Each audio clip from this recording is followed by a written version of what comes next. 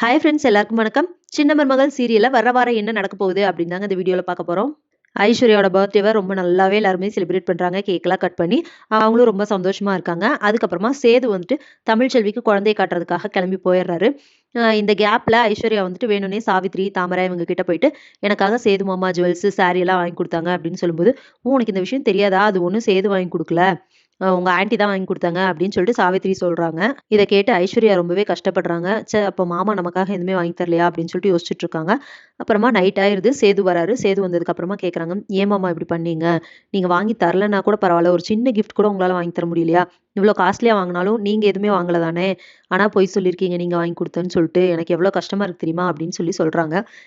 இல்ல ஐஸ்வர்யா, இப்போ எனக்கு வந்து டைம் இல்ல, அதனால அப்படி சொல்லிட்டேன் அப்படி இப்படின்னு சமாளிக்கிறாரு. ஆனா ஐஸ்வர்யா ரொம்ப ஃபீல் பண்றத பார்த்துட்டு, சரி வா, இப்போ என்ன உனக்கு கிஃப்ட் தானே வேணும், நான் வாங்கி தரவா அப்படின்னு சொல்லிட்டு கூட்டிட்டு போறாரு.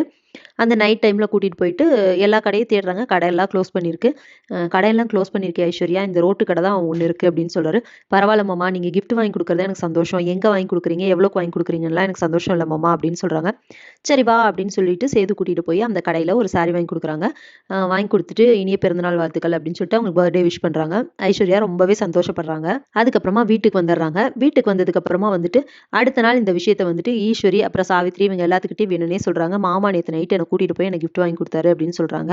அதுக்கு சாவித்ரி சொல்றாங்க, என்ன லட்சக்கணக்கில் வாங்கி கொடுத்துட்டான், சும்மா ரோட்டு கடையில ஒரு சாரி வாங்கி கொடுத்துருக்கான் அவ்வளவுதானே அப்படின்னு சொல்லி கேட்கறாங்க. அதுக்கு ஐஸ்வர்யா சொல்றாங்க, எப்படியோ எனக்காக டைம் ஸ்பெண்ட் பண்ணி என்ன அந்த நேரத்துல வெளியே கூட்டிட்டு போய் எனக்கு வாங்கி கொடுத்தாரு தானே, எனக்கு அதுவே சந்தோஷம் தான் அப்படிங்கிற மாதிரி சொல்றாங்க. இத கேட்டுட்டு சாவித்ரி வந்து, "என்ன இவ இப்படி இருக்கா? சும்மா ஒரு ரூ. 500 புடவ வாங்கி குடுத்தாலுமே சந்தோஷம்னு சொல்றாளேடி" அப்படின்னு சொல்லிட்டு தாமரை கிட்ட சொல்லிட்டு இருக்காங்க. இதுக்கப்புறம் என்ன நடக்க போகுது? ஐஸ்வர்யா வந்துட்டு சேது வந்து நம்மள நல்லா பாத்துக்கிறாருன்னு நெனைக்கிறாங்க. ஆனா சேது மனசுல ஐஸ்வர்யா வந்துட்டு வைஃபா ஏத்துக்கிட்டாரா? இல்ல இன்னமும் தமிழ்ச்செல்வி அந்த குழந்தைங்க அப்படின்னு சொல்லிட்டு அவங்கள தான் ஃபேமிலி அப்படிங்கிற மாரி நெனச்சுட்டு இருக்காரா? இதுக்கப்புறம் என்ன நடக்க போகுது அப்படிங்கிறத இனி வர வீடியோல ஒண்ணு ஒண்ணா பார்க்கலாம் ஃப்ரெண்ட்ஸ். அதுவரைக்கும் வெயிட் பண்ணுங்க. நன்றி, வணக்கம்.